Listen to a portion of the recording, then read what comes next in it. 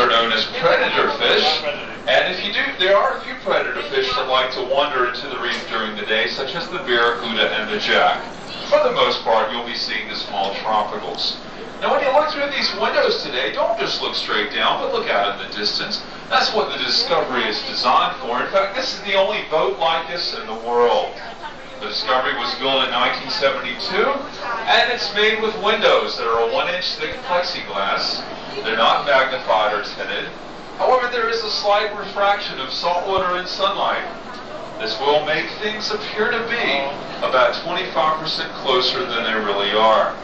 So when it looks like we're getting close to the reef, we've actually got several feet between the boat and the reef at all times. Also, there's no artificial lighting underneath the Discovery. All the light you see is 100% natural sunlight. Now we're going to start this afternoon on the right-hand side of the boat towards the back with the female stoplight parrotfish. She has a black and white checkerboard back with a red belly and a red tail.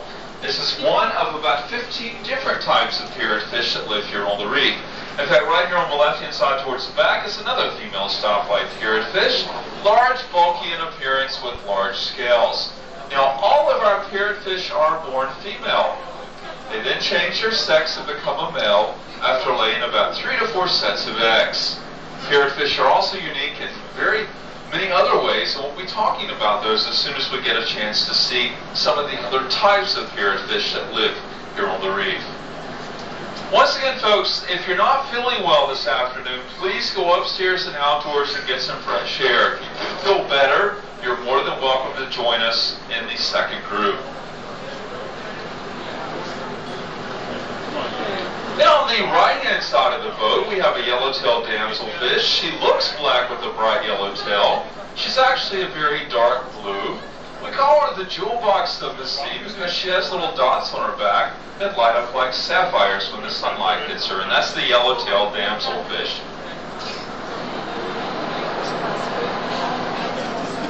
Now as we move over to the sandy area now on the left, out just a ways, this is where we see the stingrays. Stingrays like to bury themselves just beneath the sandy bottoms. You can often see their shape in their tail. They'll then often scurry about the reef as the boat passes overhead. Now our stingrays are the favorite food of the shark. And yes, we do see sharks here on the reef.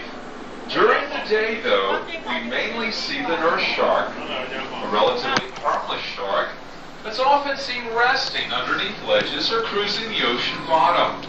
Now I say relatively harmless because the nurse shark has been accused of a few attacks on humans. This happens when divers or snorkelers try to grab the nurse shark's tail, and they will turn and bite. In fact, over the past 20 years or so, there have been about 20 documented attacks of nurse sharks. Okay, on the left-hand side now, we have a nice small school of sergeant majors. They look like large bumblebees. They have yellow backs and black bars. We call them sergeant majors because they carry the number of stripes on their body that a sergeant has. Now, sergeant majors are seen in these small schools because there's safety in numbers. When you see these sergeant majors, however, always look for one that's darker than all the rest, because he's a sergeant major who's in his dark phase. That means he's currently protecting a batch of eggs that have recently been laid by the female. When he's in his dark phase, he's quite aggressive, so you should use caution if you're ever snorkeling or diving here on the reef.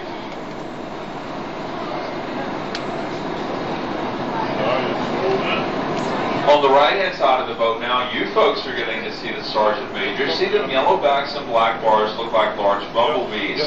Also on the right towards the back is the Bermuda chub, silverfish shaped like a football. And there should be a very large school of Bermuda chubs in the neighborhood, because when we see one, it usually indicates a school in nearby, because these are large schooling fish. They're also one of the largest fish that actually live here on the reef. They do more spawning. Oh, look on the left in the middle, there's a Spanish hogfish, a yellow fish with a blue saddle. Spanish hogfish is usually seen alone. Also, his favorite food is the lobster. He has special teeth that are adapted for eating the lobster, and that's what he's searching for today.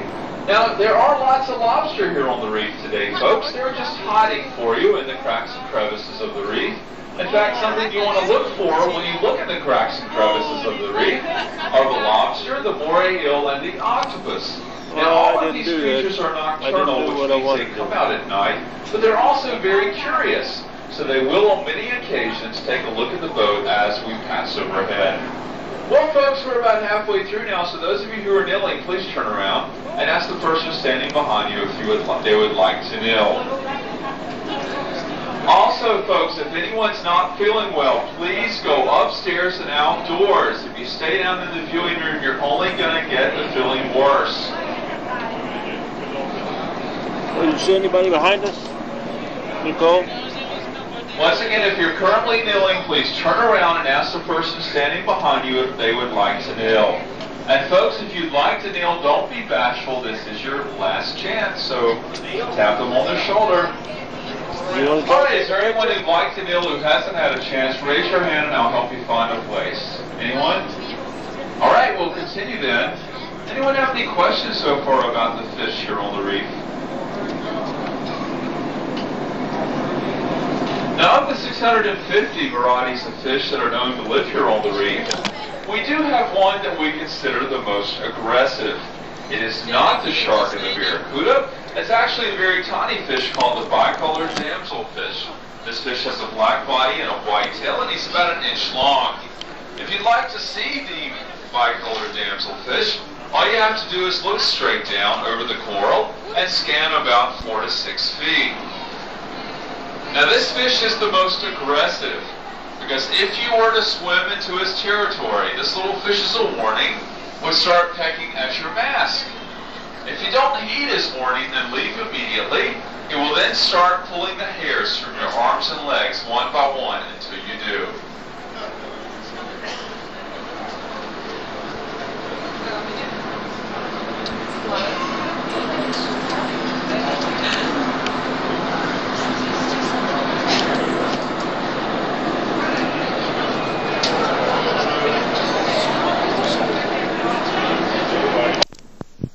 Within the boundaries of the sanctuary.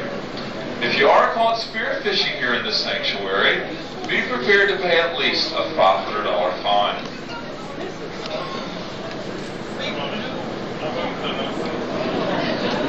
Oh, look on the right, we have a nice little school of smallmouth grunts that are swimming with the sergeant majors. Grunts, there are about 15 different varieties of grunts here on the reef, with the smallmouth grunt being the most common. Grunts actually get their name, grunt, because when they're taken out of the water, they make a grunting sound by rubbing two bones together in the back of their throat. In fact, folks, they're on the left-hand side of the boat. There's some now. Grunts are also an excellent eating fish. In fact, they're part of a traditional Keys breakfast known as grits and grunts.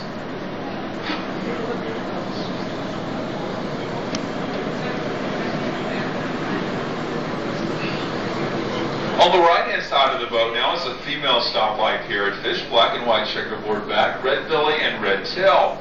Now, parrotfish are unique. We've already talked about the fact they're all born female, but they all have special teeth. In fact, they have two teeth that are fused together. Oh, look on the right, everyone. Beautiful school of blue tangs. You folks on the left, you might want to see this. This is really fascinating. They are flat, oval in shape, midnight blue in color. In fact, you folks on the left, they might be swimming right under the boat right now, so stay put. You might see them. If you look on the left-hand side of the boat all the way forward, there they are. See them? They're on the left now. Beautiful school of blue tangs.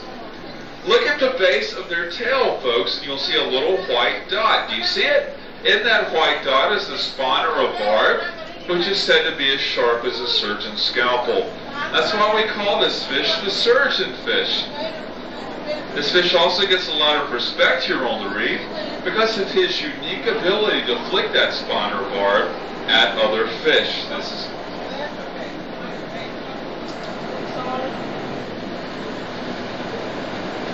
On the right-hand side of the boat now towards the back, another yellowtail damselfish, dark blue with a bright yellow tail.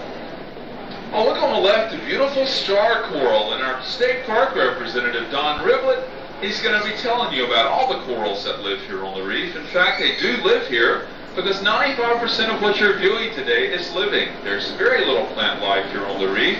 In fact, plant life on the reef is, for the most part, microscopic, which means you're unable to see it. So most everything you're looking at is living. Oh, look, there's some jellyfish in the waters today. These are moon jellies. We do have, in addition to the moon jellies, the comb jellies and the Portuguese man of war. I will tell you that these jellyfish are the favorite food of the turtles. So the more jellyfish you see, the greater your chances become of seeing the sea turtle. Now, turtles are on the endangered species list. Turtles we see here on the reef include the hawksbill, the Kemp's Ridley, the loggerhead, and the green turtle. When you go upstairs in just a minute, be sure to go to the bow of the boat, and this is a great place to start looking for the turtle, because this is where they often surface for air. So if you would, please the steps and go through the doors that are open for you, go all the way to the bow, and there you can start looking for the turtle. Once again, folks, please start coming up the stairs, go out the doors that are open for you, and all the way around to the bow of the boat.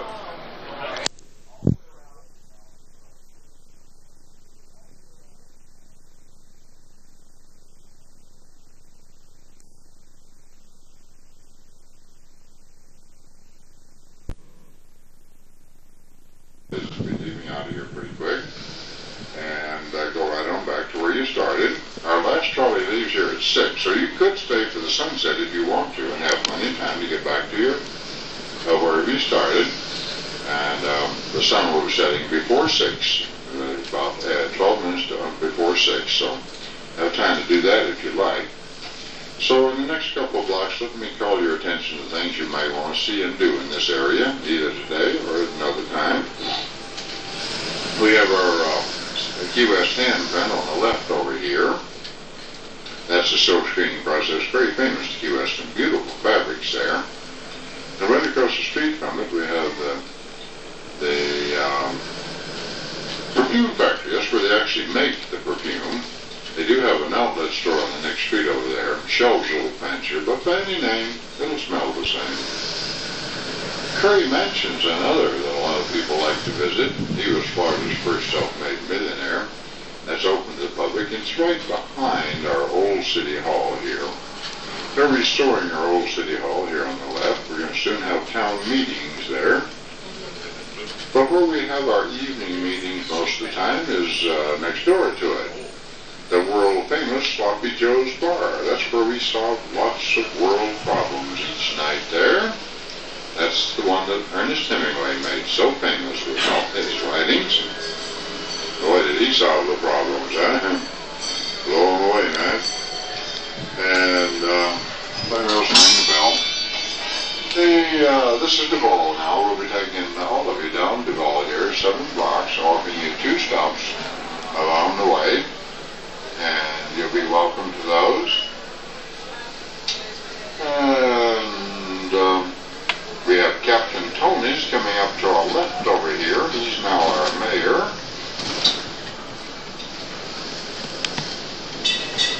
They also have the hand rolling of cigars, as they did 100 years ago, a little one-man shop down this little lane to the right here. We're going to park the other end of that lane here in just one moment now. Cat boutique shop, kite shop, bikini shops, all sorts of interesting little shops around here. Some of these people do actually make their own stuff. There's several creative people around, others just resell something. Then we have the Audubon House to the left over here. Fine attraction. Right across the street from it, we have Mel Fisher's treasure exhibit. The treasures from the Atrocium are on display there for you to see. And we'll be stopping almost directly in front of the Sea Aquarium. You'll still have a chance to see that lovely exhibit where they feed the fish and all that. So there's more you're going to get done here. If we don't get moving, we might do it all right here. And you can see that our streets are pretty crowded, so it's a nice way to do it. Park your car and let somebody else worry about the driving. All kinds of shops into here, as well as some art studios into here. And we do have a trolley. I believe you could make that trolley if you want to. having a little trouble getting in here on time with the traffic the way it is. Our studio router we left, and the Sea Aquarium over further over there. And of course people parked in the wrong place all over the place. Oh, there's an authentic island drummer. He made those drums himself. Somebody stole his original set. Took him 6 weeks to make that set out of 2 old oil barrels. This little lane right here to the right I mentioned for the sandals and the cigars. Right straight ahead there is Duval, and this is Fronter, number 1 Street. If you're going to go back and get your cars, you don't have to now. You're here late enough to see the sunset. See, the sun is going to set at 5:48 tonight. And straight ahead on Mallory Docks is where they're already starting to get together about an hour before to about a half hour after the setting of the sun. And there's a few of them are starting to arrive there now. It's free, and it's a fun thing to do. I highly encourage that. Our last trolley leaves here at 6, so after the sun goes down, just come chopping over here. There'll be plenty of seats. Do not worry about running out of seats. We put all of our trolleys right here. At one time, if need be, to get everybody back home at 6 o'clock. And we have the Chamber Commerce here. We have the Shell Warehouse, Sponge Market.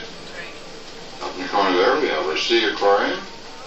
Right through here, right through this breezeway into your left, we have restrooms that are free and clean for your comfort and convenience. This trolley is ready to pull out now if you are.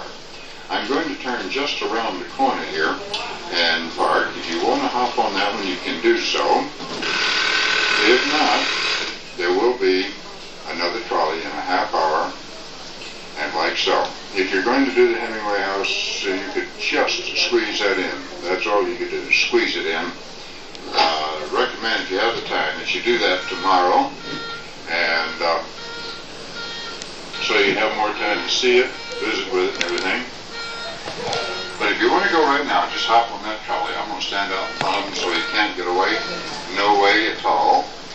My name is Lee one more time. I do want to thank you for putting up with me all this way. I'll be standing at the door there to help you with any questions you might have. Thank you so much. I'll be there to help if I can. To please remain seated, no smoking on board, but other than that, have a good time. You're in paradise. Hi. So where'd you get on at? Sir, where did you start at? Where did you start at? Where did you get on at? The trolley station, the Welcome Center, hotel, Econo Lodge? Okay, fine. There's some seats back there for you. You'll see more back there. There's some over there for you. That's what I would like. In our perfect weather. We have just a beautiful winter so far. And it better stay this way, right, Mickey? Last year we were cold. This year we had a heat wave. We had 83. We had a record high on December 31st. Or December 31st, that was. Well, as we leave Mallory Square, coming up on my right is the Key West Aquarium. It was built in 1934. The very first tourist attraction on the island. We have over 600 species of fish. In the Florida Keys, every size, shape imaginable. You can go inside, pet a shark if you like, or feed one. Hi, sure do. Where'd you get on at? You remember? What hotel? Which one? We got up at the. Thank you.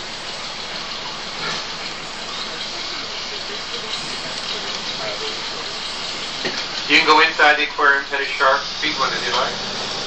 Or just go in there and look at all the fish. Don't even touch those sharks. But no sharks are ever going to bite you. Because they wouldn't bite the hand that's feeding them, that's for sure. Everybody's going down here for the sunset.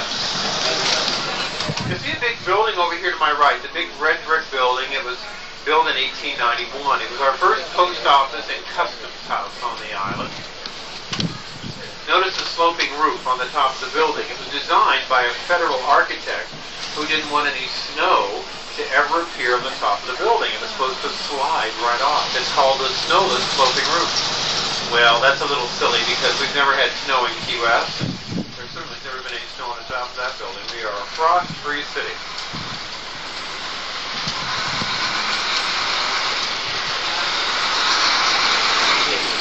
Coming up on our right is the Mel Fisher Treasure Exhibit. Mel Fisher in 1985 discovered the whereabouts of the La Scotia and the Santa Margarita, 2 Spanish galleons with $200 million worth of Spanish gold on them. brought them all here, brought all the gold here, and put it on display inside of the exhibit there. And on my left is the Audubon House. John James Audubon visited Key West in 1832 and began painting his beautiful birds of America down here. The house itself was restored in 1960. On my right, behind the fence and the wall, this is the old Navy submarine base. In the 1940s, President Truman came down to Key West and established the Little White House. If you go through the presidential gates on my right, walk all the way down there to the end, you'll come to the Little White House to Harry Truman. You can take pictures of it if you like. The Pigeon House Patio Restaurant here on my right, the green building, is the former home of Pan American Airways. Pan American got its start down here in Key West. For $9.95, you could buy a ticket in there and fly from Key West to Havana, Cuba, back in 1927. With a beautiful Victorian-style home coming up on our right, Dr. Joseph Yates Porter was born in that house in 1847. Dr. Porter was the man who discovered that by quarantining the patients who had yellow fever, that they were able to eradicate and control the yellow fever. They got rid of it in the tropics. So Dr. Porter became the first public health official in the state of Florida for that medical contribution. Now, Dr. Porter's grandfather got rid of something else, pirates. Commodore David Porter was down here in the 1800s to get rid of the pirates that were menacing everybody in the Florida Keys. Those pirates would stop all the Spanish ships that were coming through here and rob them. And eventually Commodore Porter came down here and wiped them all out from the Caribbean islands and the Florida Keys.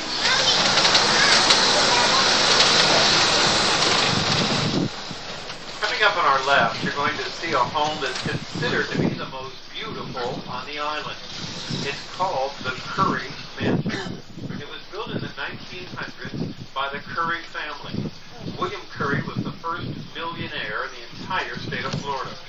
Look at the second level. See all that glass work around the door? It was designed by Tiffany's in New York City and brought all the way down here by boat.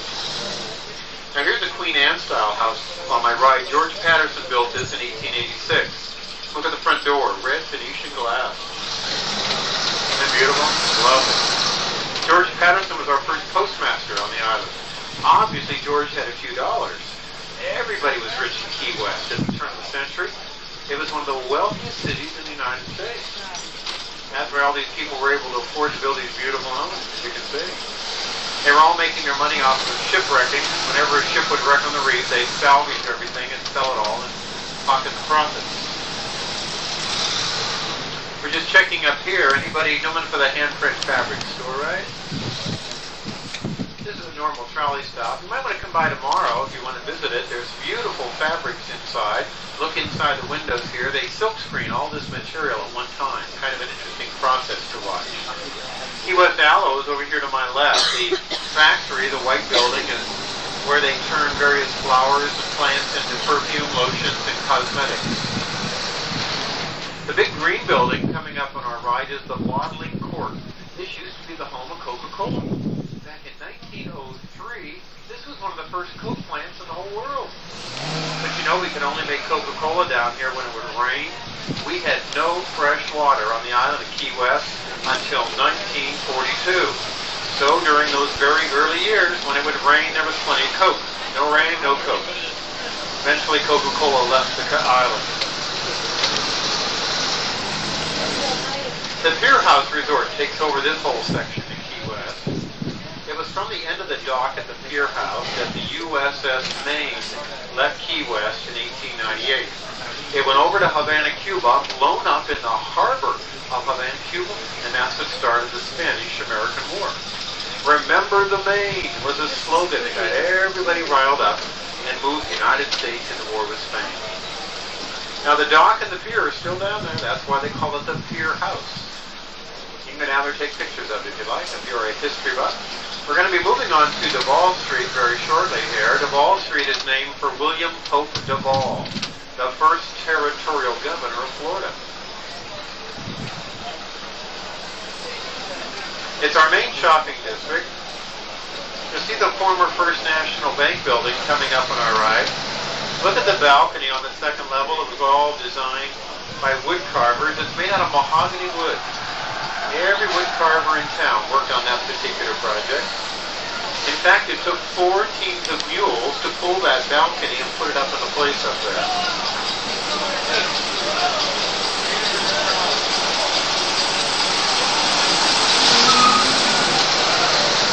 Coming up on our left, you will see the Bagatelle restaurant. It was at the Bagatelle restaurant where they filmed the movie The Rose Tattoo back in 1950. Here's the Bagatelle. Now they filmed it down here in Key West because Tennessee Williams, the famous playwright, lived down here and he wrote the play. Coming up on our left is the most famous bar on the island, Sloppy Joe's. This is Ernest Hemingway's favorite watering hole. Hemingway lived in Key West from 1928 until he moved to Cuba in 1940. Every July we have the Hemingway Festival, a special salute to Ernest Hemingway. One of the highlights of this festival is the Hemingway Lookalike Contest. Men from all over the world come to Key West. In July, they compete for the honor of being named Ernest Hemingway for a whole day. Now this year we had over 100 men competing for the honor. One man eventually was selected. He won all sorts of prizes. It's always kind of fun to see about 100 people that all look like Hemingway. They talk like him. They have the same clothes. But only one man wins eventually. You know, we're driving along the longest street in the world. Ripley's of Ripley's, believe it or not, calls Duval Street the longest street in the world because it goes all the way from the Gulf of Mexico behind us to the Atlantic Ocean straight ahead. It only covers about 14 blocks, about a mile long, but we call it the longest street because it's the only street that spans 2 great bodies of water. Now the oldest house on the island, coming up on our right, the White House with the flags out in front. It's called the Wreckers Museum, built in 1829. Captain Francis Watlington was a wrecking captain. Whenever a ship would wreck on the reef, he'd save all the people, bring them back into Key West. Captain Watlington lived there with his wife and 9 daughters in a 2-bedroom home. Now the oldest schoolhouse in Key West is on my right, the yellow building with the black trim. It was built in 1842. You can even see the school bell up on the second level there. Our next trolley stop coming up on our right is La Concha Hotel, 7 stories tall. It's a Holiday Inn and it's the tallest building in Old Town. And we have some people staying here at La Concha Hotel. If you're walking around, you can always go to the top of La Concha. Bye-bye. You can see a great view of the whole island from up there. You can see the Gulf of Mexico, the Atlantic Ocean from the top of the hotel. There's an elevator that will take you all the way to the top. The Holiday Inn Corporation bought La Concha Hotel a couple years ago for $2 million. They spent $20 million destroying it. Now I know everybody has their own special department store in your hometown, and you probably have those very nice department stores, but you won't find anything quite like ours. Even the name of our department store is a little different. We call it Fast Buck Freddy's, coming up on my right. Fast Bucks is sort of a mixture between Saks, Fifth Avenue, with a little bit of Kmart thrown in on the side. And look at those windows, all ready to welcome the new year. Jimmy Buffett's Margaritaville is on my right. He's a famous Caribbean singer, wrote Margaritaville, lives down here on the island. Now this wooden barricade on my right is in front of the San Carlos Institute. That's a 400-seat grand opera house back there. It's our home of Cuban culture on the island. It was built in 1924. They expect to open it later this year after the restoration is completed. Now you can see Cuban influence on my left. See the Strand Theater on the marquee? All that beautiful rainbow of colors in the sculpture. One of the most ornate buildings on the island. Built in 1918, originally as a movie house, now it's a private nightclub. They say that's what old Havana, Cuba looked like prior to the Castro years. When Castro came to power, he tore down a lot of those style buildings in Havana, so many of them are gone now.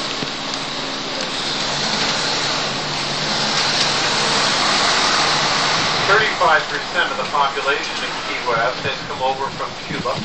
Many of the people have traveled by small boat. On my left, behind that fence, You'll see a small boat. In 1962, a family of 4 traveled the 90 miles, seeking freedom in the United States. The Guildhall Gallery is on my right. A lot of local artists are getting their start in there. And on my left, the pink building is the Copa nightclub. Originally, that was the Monroe Movie House. Back in 1917, it was the very first theater on the island. The most famous person to visit it was Thomas Edison. Thomas Edison was living down here in Key West doing some research projects for the U.S. Navy. And he'd go to the Monroe Movie House and go to the movies there. We're making our turn onto our Angela Street station.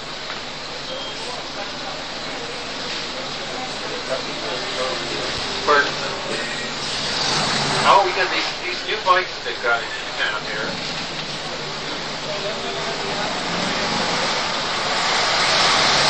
I don't know what they're doing in the middle of the street trying to ride it, but they are. And here we are at Angela Street. People are joining us. Key West is a tropical paradise. Look at the Dracaena. See the tall trees at the front door there? They're called Dracaena, the Cuban money tree. They mean good luck, good fortune. You always plant them at your front door, money comes rolling in. Don't plant it at your back door, you'll lose everything. Always at that front door. This is the bougainvillea. The bougainvillea flower is white. It's the leaf that changes color. You see the white flower right in the center there? Now this tree on my right is called frangipani. Now it doesn't look very pretty right now, but you come back in July, it's the most beautiful tree on the island. Beautiful little pink flowers. They make perfume out of it at Key West Aloe. And in Hawaii, the same flower is called the plumeria. They make the Hawaiian lace out of it, the necklaces. On my right is the braided cactus tree. The braided cactus is over 100 years old. It is huge.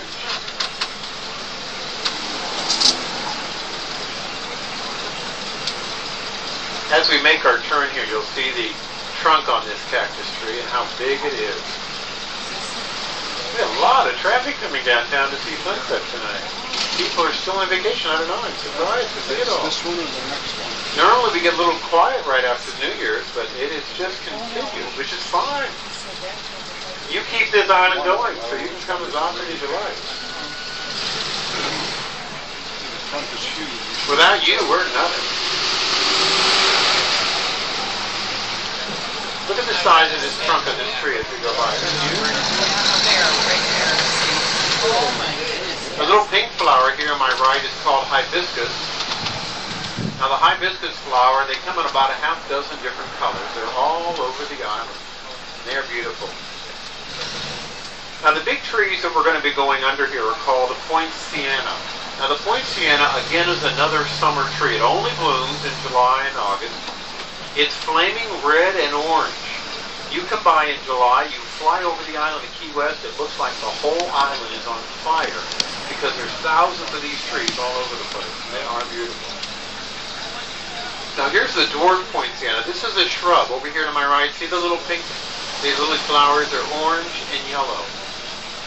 Now just think of those as huge blooms and put them all over these trees here, and that's what it would look like in the summertime.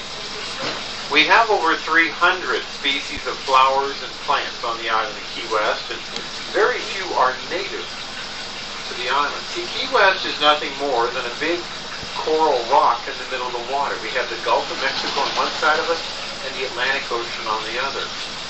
Back in the 1800s, a lot of ship captains were traveling about the Caribbean. They'd see a plant or a tree they liked, they'd bring it back here, plant it, and it would grow. But there are some sections of Key West that only have about a foot of dirt, and that's about it. Here's a white bougainvillea, a white flower with a white leaf. Now, you don't see that very often. And the yellow one here, this is called Pride of Barbados. It came over from the island of Barbados. Put a yellow flower on it.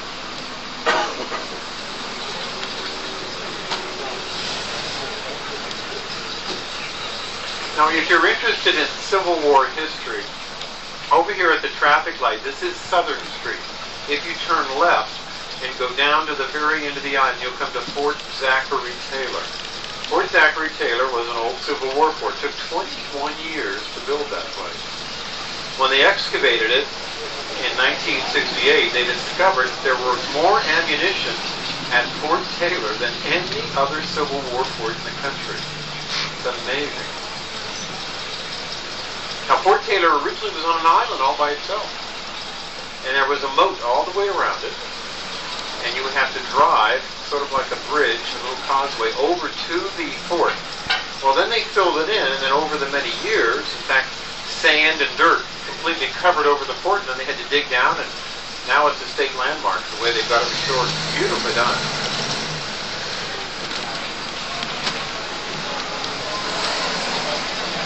During the American Civil War, Key West was a Union headquarters. We were not part of the Confederacy. We have 3 Civil War forts still standing on the island.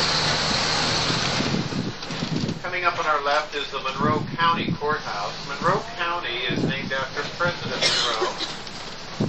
You'll notice the end of the rainbow sign here on my left, underneath that giant kapok tree. It has unusual roots at the bottom. The end of the rainbow means you're at the end of US 1. Right here is where the US 1 ends, right here at the traffic light. If you turn around, head the other direction, you'll let that plane go over. 2,209 miles away, you'll come to Fort Kent, Maine, on the Canadian border. US 1 travels all the way up and down the east coast of the United States. It ends here and it starts in Maine. You know, there are 40 churches on the island of Key West. On a per capita basis, those 40 churches represent the largest number of churches for any city in the country. Of course, we also have 85 bars, so we're either praying or drinking. Twice as many bars as churches, so I guess that tells you what we do. Some people pray, some people drink. Some people pray to drink. Now, the oldest church in Key West is coming up on my right. In 1832, St. Paul's Episcopal Church was founded. There are 52 stained glass windows in here. They're valued at $1 million. They were made in Spain, brought over to Key West by boat. If you're walking around tomorrow, you might want to go inside and take pictures of St. Paul's Church in the windows. Here's the First Baptist Church to my right. Harry Truman used to come to church clear up here when he was staying at the little White House down on the Navy property.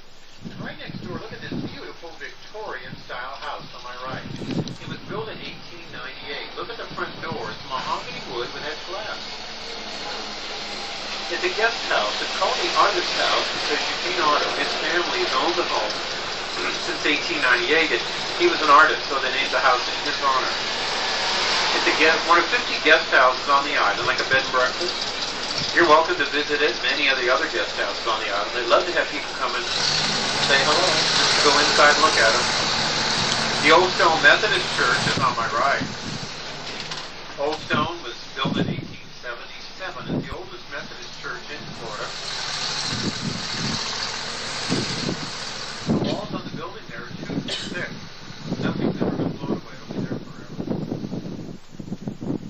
Well, you saw some beautiful homes on the earlier part of your tour, but you won't see anything quite like this. Coming up on our right is the octagon house behind the fence. It's the Calvin Klein home. Calvin Klein, the famous jeans designer, he restored the house and he sold it a couple years ago for $800,000. And here's an interesting house behind this fence on my right. It's the Bahama House. It has a wraparound porch going back to the gardens in the backyard. Now that particular home was not built in Key West. It was built in the Bahamas back in 1847. Captain John Bartlett, he lived in Key West and he wanted a wooden home back in 1847, but we had no wood on the island. So he went over to the Bahamas and built that particular house. He then tore it apart. He shipped it over to Key West by boat. Piece by piece, it finally arrived here. And in 1848, he put it all back together again. It became known as our first prefab house on the island. Well, everybody saw what Captain Bartlett was doing, so they all did the same thing. So you'll see that same style Bahama house everywhere. Here's another example on my left. This is a Bahama style house, the white one. You know, in the late 1800s, the Florida Keys were the pineapple capital of the United States. We used to grow pineapples down here before Hawaii came along. We were the pineapple grower here. In the early 1900s, we brought the pineapples over from Cuba. They were a little sweeter than ours that we were growing here. We would process all the pineapples in this yellow building on my left. That was a pineapple processing plant. We'd ship our pineapples up north on a railroad. We had a railroad connecting Key West to Miami from 1925, a hurricane 50 miles north of Key West came along and blew down the railroad. And that was the end of our pineapple industry. We couldn't bring the pineapples by boat. It took too long and they would spoil. You are now on the original island of Key West, and we are about to leave it. You're going on the Gulf of Mexico. This used to be all water. In 1912, when they were building the railroad, they needed more land. So they simply dug up the bottom of the Gulf of Mexico, piled it up right here, instant landfill. In 1912, you could start in New York City in a railroad car, travel from New York to Miami to Key West by rail. When you got down here, we took the railroad car, put it on a boat, and would ship it to Cuba. So from New York to Havana on the railroad, it truly went to sea. Very difficult. Now the original railroad terminal and yard was located on my left, right on the Gulf of Mexico, so they could put those railroad cars on the boat. In 1940, the Navy took over this property and turned it into the Naval Air Station. The dirigibles and seaplanes were stationed down here during World War II. Now the Coast Guard is headquartered out there, and some of their ships are located out there. They patrol the Caribbean from this headquarters right here in Key West. Now they call the Naval Air Station the Trumbo Point in honor of Howard Trumbo, who was the chief engineer who built the railroad in 1912. Now the tall building you see on my left, it'll say Fly Navy up on top of it. That's the BOQ, the Bachelor Officers Quarters. That's where the single Navy guys live. And on my right is the boat condominium. Stack all the boats out that way whenever we run out of space in the water and the land. And our city marinas over here on our right. All the charter fishing boats are kept over here. We're lucky in Key West. We can fish every single day of the year. We go out the Gulf of Mexico and the Atlantic Ocean. Every day is perfect for fishing. Now you see a lot of pelicans out here. The pelicans are waiting for these charter fishing boats. Some of them come in and they always throw a few fish overboard for the pelicans to have their dinner. So the pelicans love it. These are all charter fishing boats. They all have a different name. As we get up here a little closer, you'll be able to look down here and see all the names. You'll also probably see a few fish. See, what they do is they fish all day, they come back in, they hang the fish on the hooks out here in front of the names of all the boats. You'll see that in a moment. People are then able to take pictures, weigh their fish, take their fish to a local restaurant. And many of the restaurants in Key West will be more than happy to cook your fish for you and provide you with your easy meal.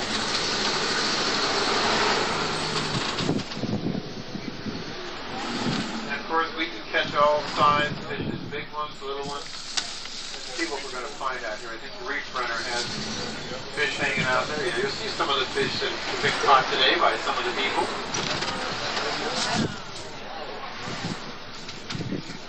You'll see some there. Jack Tar has some over here. Look at the size of some of these things. You know what some people do? They get a little sneaky about this. People who don't like to go fishing in Key West, they get sneaky. They come by here in the afternoon. They walk up and down the dock. They look for the biggest fish that nobody else caught. They stand in front of it. They have a friend take their picture. So when they go home, they have fish stories galore to tell their friends. So if I see you out there with your camera, I'll know what you're doing, but it's okay. Everybody does. There have been more fish stories told about Key West than probably any place else in the world. Gulf Stream has some of the yellowtail. Yellowtail is very good eating fish down here on the island.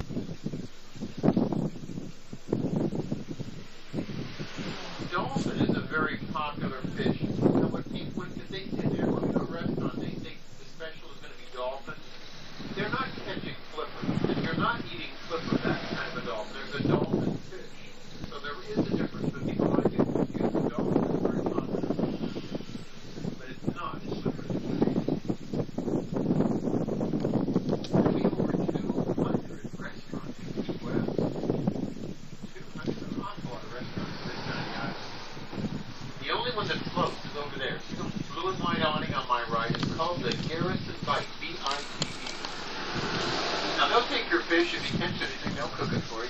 right on the water.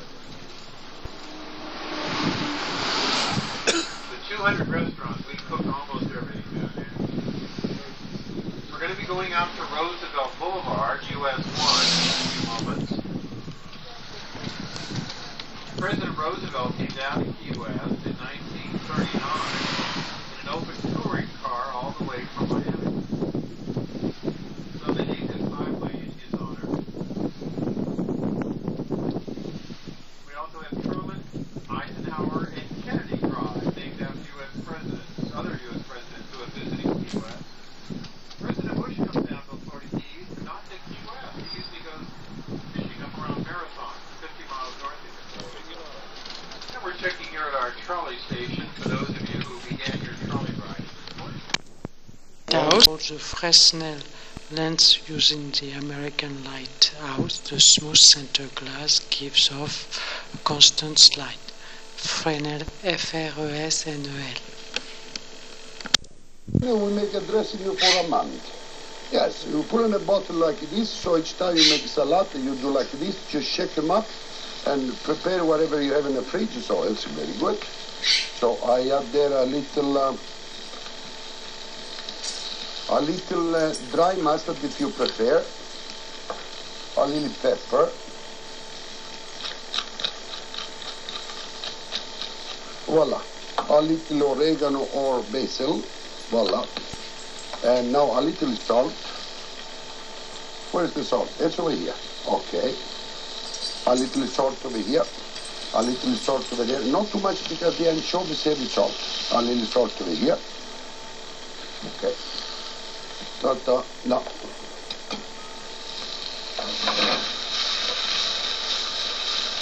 Oh, look at that.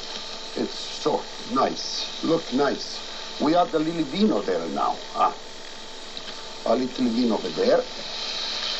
Not too much. A little vino over here. That's enough? Okay. More. Never mind more. No. A little vino in a tummy. There was anchovies here. Now I have anchovies wine. Terrible. Now the wine is okay, but with the anchovies oil, it's so. I add here the peeled tomato, like there, peeled tomato.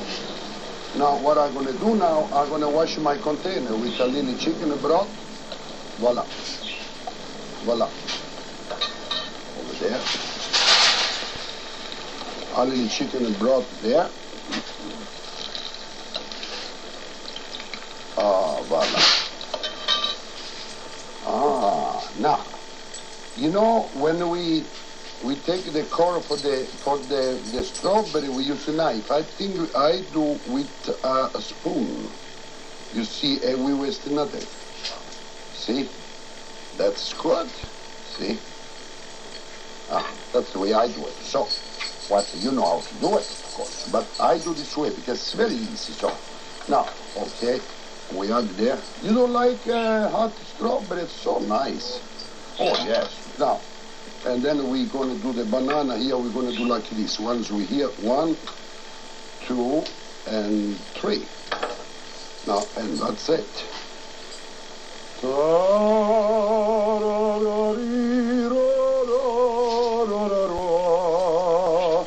I had done that burner on. I waste. Pasquale should be punched. That was no use to it. The oil was hot. And voila.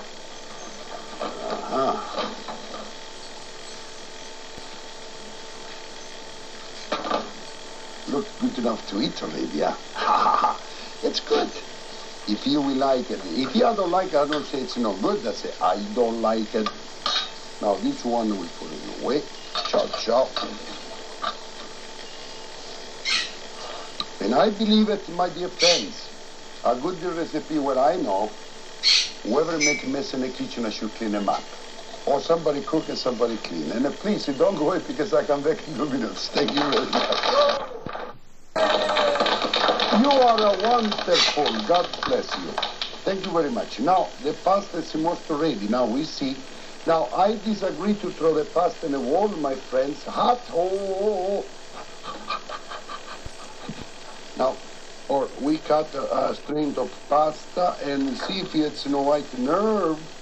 The pasta, it's okay, because it's not a law. If you don't like al dente, you should eat al dente, my friends. Eat the way you enjoy it most. Taste a little pasta. If it's tough, so be tougher. Let it boil a little longer. But remember though, if you boil pasta for 30 minutes, you're going to make it polenta. If you like it, buon appetito. Yes. I believe in one place only, my dear friend, we should be left alone. Home. And a table, or wherever we go for dinner, for supper, we eat the way we enjoy it most. And we should eat the way. What's the best way to eat, my friends? Yes. But with fork and knife, it's beautiful. The galateo. The behavior in the table, but I think the best food we can enjoy it, my friend, by hand, like the first time we learn how to eat. That's lovely. Okay, now who am I? I don't tell you what to do. What I do, I say what I. If you don't say nothing here, I love what I'm doing, my friends. I do what I love to do. What I do, I haircut this lobster tail here, and I earn my living. But if you have seen a take, so I make a lot of mistakes, but I admitted my mistake. Look, now we're gonna cook. How you like the tenderloin? How you like it? Medium, okay. Now we have a little oil here. I think it's a little too much, so. And the sauce was missing a little. So. It's nice. You can use the pork, you can use the chicken, everything. The sauce is important. And we make the lobster medallion, and we make a combination of meal. Oh, that's lovely. So I use the wax paper because I don't want my cutting board to get wet with fish particularly, and then it's not very good. If we cut there a cake or something, and even at the night when we cut the fish, so we should rub them up with a wet cloth with cold water, and so the cutting board.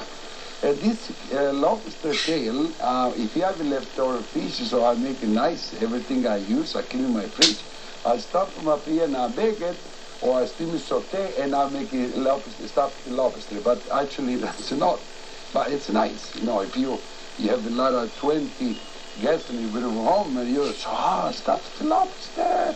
And inside you're going to find filet of sole, shrimp, make it nice.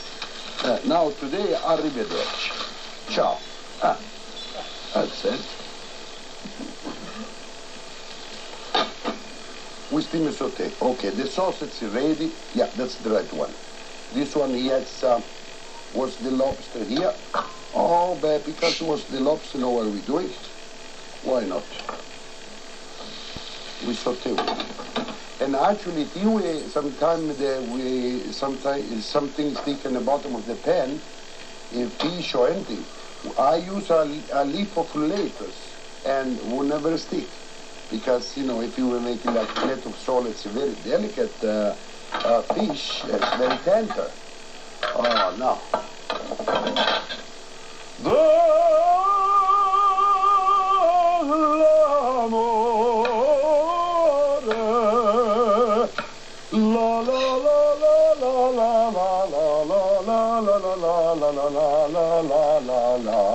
Now, and then you finish your breath, and so you start over again.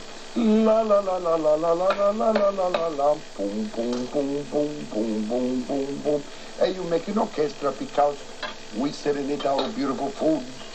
We put the celery here, so for people we have 4 pieces of celery. So if you have 6, we cut in 6.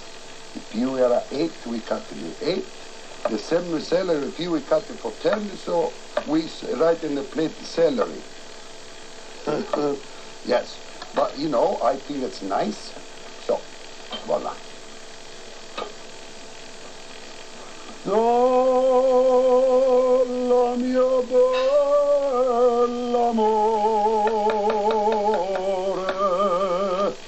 la la la la la la la la la la.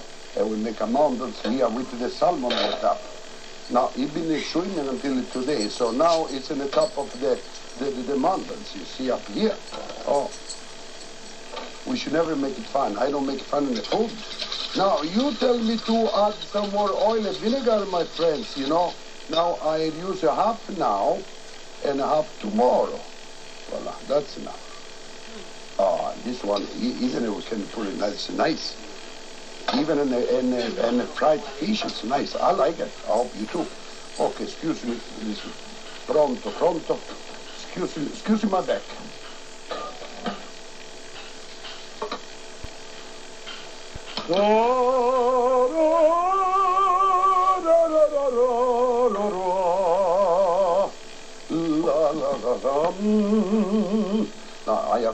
Now I have tea. What are we going to say? We say beer. Oh, just right. Look at that. Oh. Now, no cheese in the pasta this time, huh? You like cheese? Oh, wait. If you have time, I'll have the cheese in the pasta. If you haven't time, look at that. Oh, a little more. Lots of cheese. Okay. 1, 2. More. There, bon appetit. This one, too. So when you have to get tired of the pasta, it's toast. So we need, wait. Now, okay, look at that.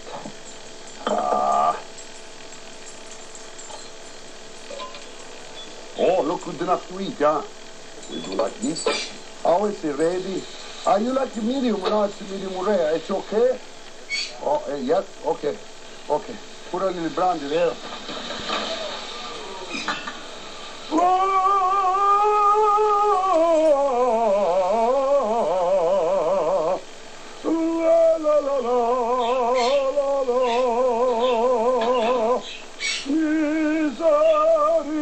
Misericordia bon Dio, pietà di noi, oh Signor, salute. Don't go away, please, because I come back in 2 minutes. Thank you very so much.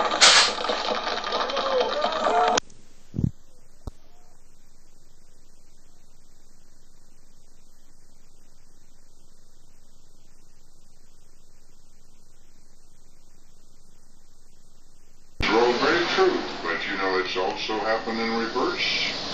We've had a lot of people started here in Key West and went somewhere else in the world to do bigger and better things. And American Airways, born right here in Key West, went on to become a major airline. Then you've seen the Hilton hotels worldwide. There was a time long ago when the Hilton family ran a small inn still left out here. It wasn't Milton. I mean, it wasn't Conrad Hilton. It was Milton Hilton. Can you imagine having a nickname like that? A name like that, you get kidded the rest of your life. Nobody's kidding much about the fame and fortune they made running such fine establishments.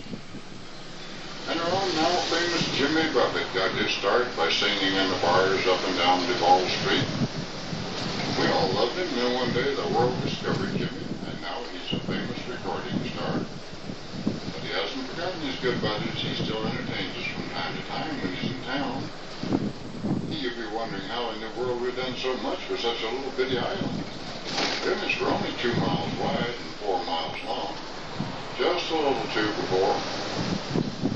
Well, this kind of weather hasn't hurt us a bit. Over the years, we averaged 79 degrees. Hottest it ever got was 97. Coldest was 41, but those two extremes only occurred twice in 100 years. Most of the time it's been much milder than that. And we get about half the rainfall that Miami gets. They get 80 inches. We get 39.9.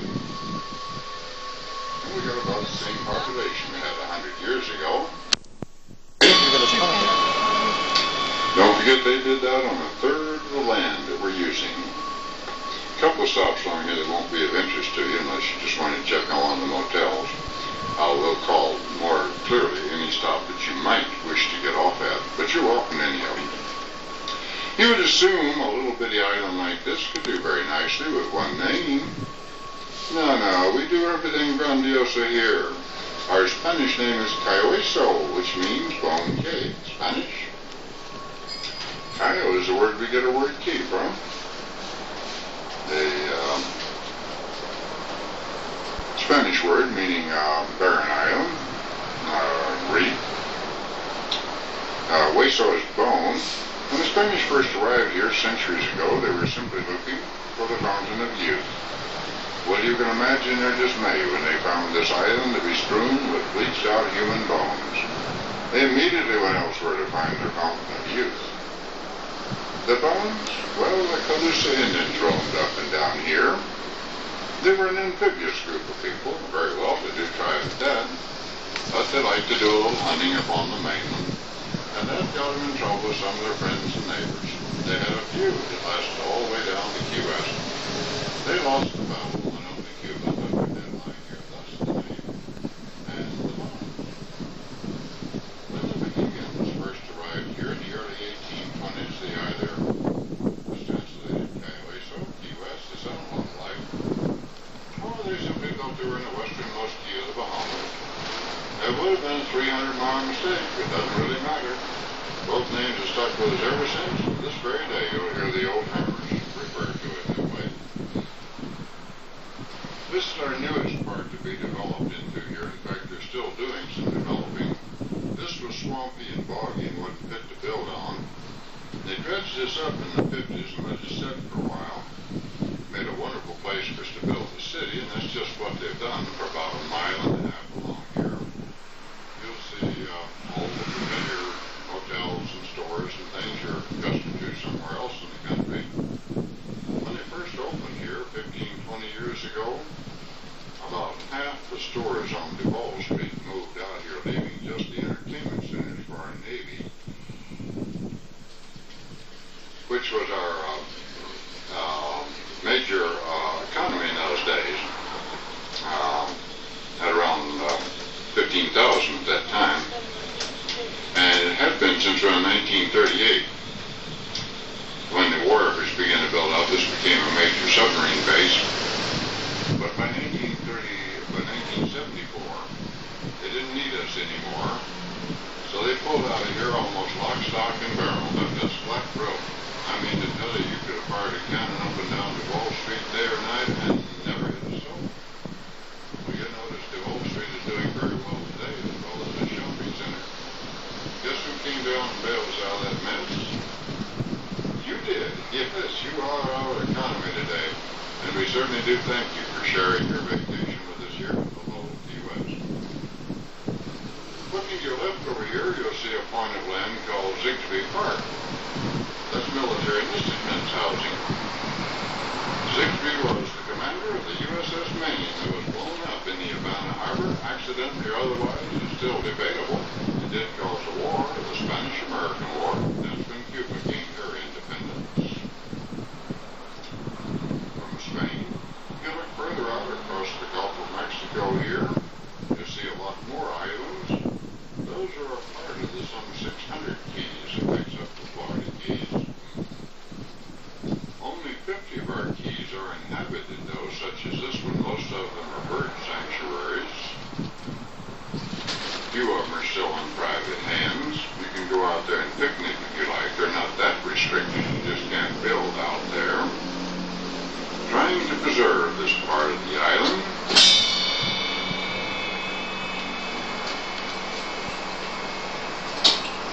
The island up ahead of us here is Stock Island. Got his name in the days before refrigeration. We kept livestock out there. When you wanted your fresh meat, you'd place your order with the butcher. You'd find it hanging on the front porch on a meat hook that everybody had in those days, complete with flies and all. Well, we use it for a lot of other purposes today. Oh, the mountain out there. No, that's not our ski resort. It's our Mount Trashmore. We used to cover it up like a kitty cat. We don't do that anymore. We make electricity out of our trash. Sounds like a better idea to me. And we also have a seaplane base out there. You can go out there for a sightseeing trip. Beautiful sight. Or you can fly down to the dry river, which is some 67 miles to the west of us. That's where the old Fort Jefferson was built. The largest fort ever built in this hemisphere. Stood there like the Rock of Gibraltar, guarding the Gulf of Mexico. Today it's a national park. Bird watching, in addition to seeing the fort, bird watching is great, and snorkeling is just super. Those tanks you see up ahead there is where we keep our fresh water stored today. In the old days, the only fresh water we had was for rainwater and a little bit of well water, not too much of that. Navy couldn't handle that one, so in 1942 they brought us a pipeline down here, 132 miles from Florida City. You might have saw the lines to one side or the other. You drove down here, and that's how we get our water today. There's a number of ways to gain information about our island. I certainly hope to bring you back a lot better informed. Our Chamber of Commerce up in Mallory-Square can help you out a lot. Then right up ahead of us we have our welcoming center. Now it is their job to keep up with what is happening in this town. They know the prices and the schedules of everything that goes on here. Be it hotels, motels, water sports, you name it, they can help you in any way. The service is friendly and it is free. We'll make a quick stop here to see if anyone is joining you. We're going to have some stops along the beach that may be of interest to you. We have other trolleys that will complete your tour. One right behind me, of course, which will be about 15 minutes behind me. And then there will be two more beyond that. And so if you do get off, you'll have as much as an hour to spend at any of these places. Of course, you can get off here if you want to, if you say want to check on a place to stay for the night or something of that nature, because they do have all that information here.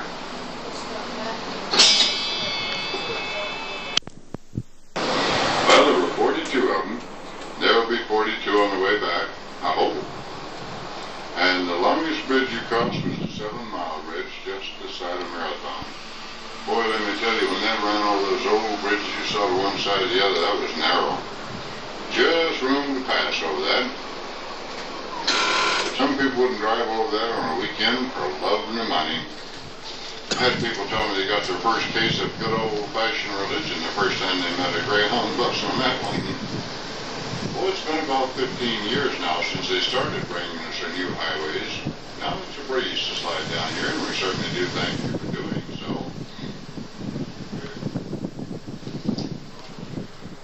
Flowers, yes, this is virtually a flower garden. We're never without flowers. Some of our flowers are seasonal, some bloom year-round.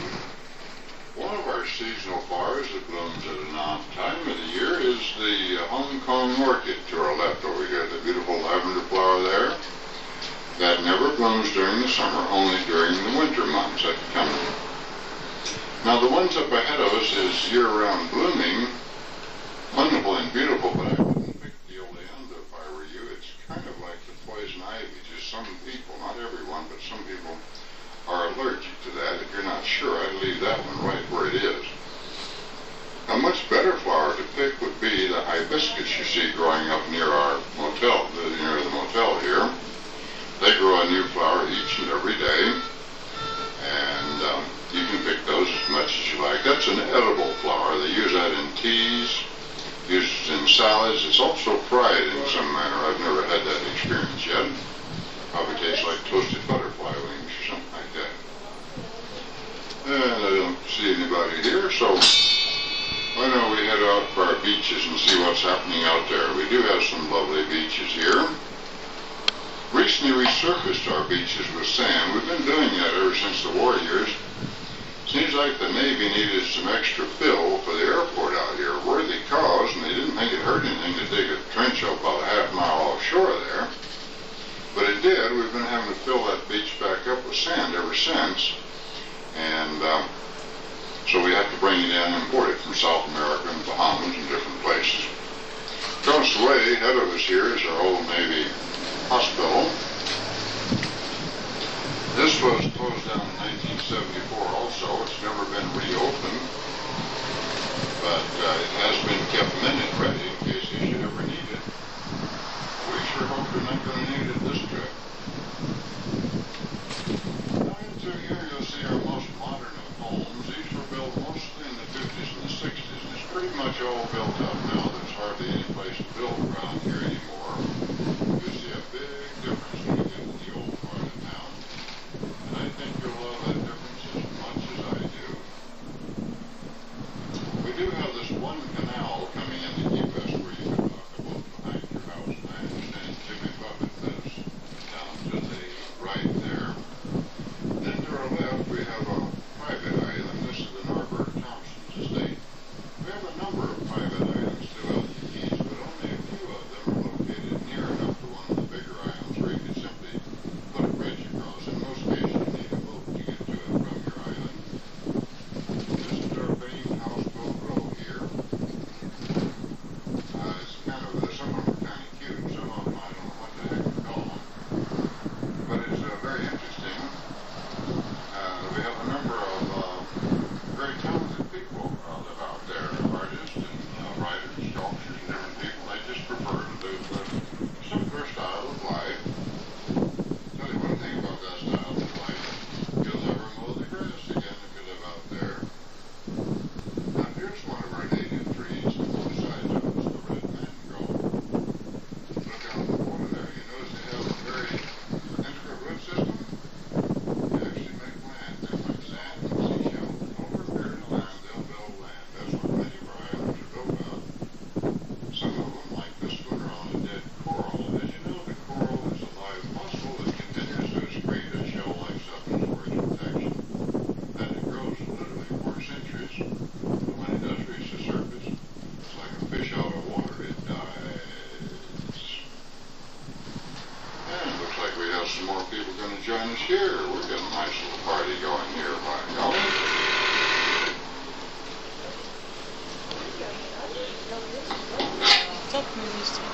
Hello, come aboard. How you doing? You take a little and leave a little. There you go. Find yourself a comfortable seat and get ready to enjoy yourself. Only thing we ask is do not smoke and that you hang on to your seats while we're moving along. It's ready. Oh, I bet you're just sitting out there looking at this body of water thinking it to be the Atlantic. Very good assumption. This is actually an extension of the Atlantic. This is called the Straits of Florida. The Atlantic temporarily ends up at Palm Beach, where the Bahamas start, and they run all the way down almost to the tip of Cuba, which is 90 miles off the south of us there. Then up ahead of us by 4 miles is the Gulf of Mexico. Straits of Florida hooks all these bodies of water together. It's a very, very important shipping lane. It's the only way to sail into Texas, Louisiana, Mexico, Panama Canal, and South America. Lying just off our shore is a beautiful live coral reef horseshoeing around us here. It lies 2 to 5 miles offshore. It does have a natural deep water port, 35 to 50 feet deep, coming straight in there. But for the most part, it's only 6 or 7 feet beneath the surface. And it's beautiful to see from glass bottom boats or snorkeling boats. I'll be back to talk more about that in just a moment, but first I want to call your attention to this next attraction here, which you may be interested in at this time. This is the East Martello's Museum, housed in one of the old forts that were being built around 1862, and they were going to go higher with these, but someone developed a rifling shell that would go right through 8 foot of brick and concrete, so they capped it off and made a wonderful place for us to have a museum. The artifacts fixing here cover quite thoroughly the history of Key West in particular, and the Keys in general. If you'd like to spend some time here, as these people have done, you're welcome to do so. Hello, how you doing? You keep those in case you want to get... Yeah, I can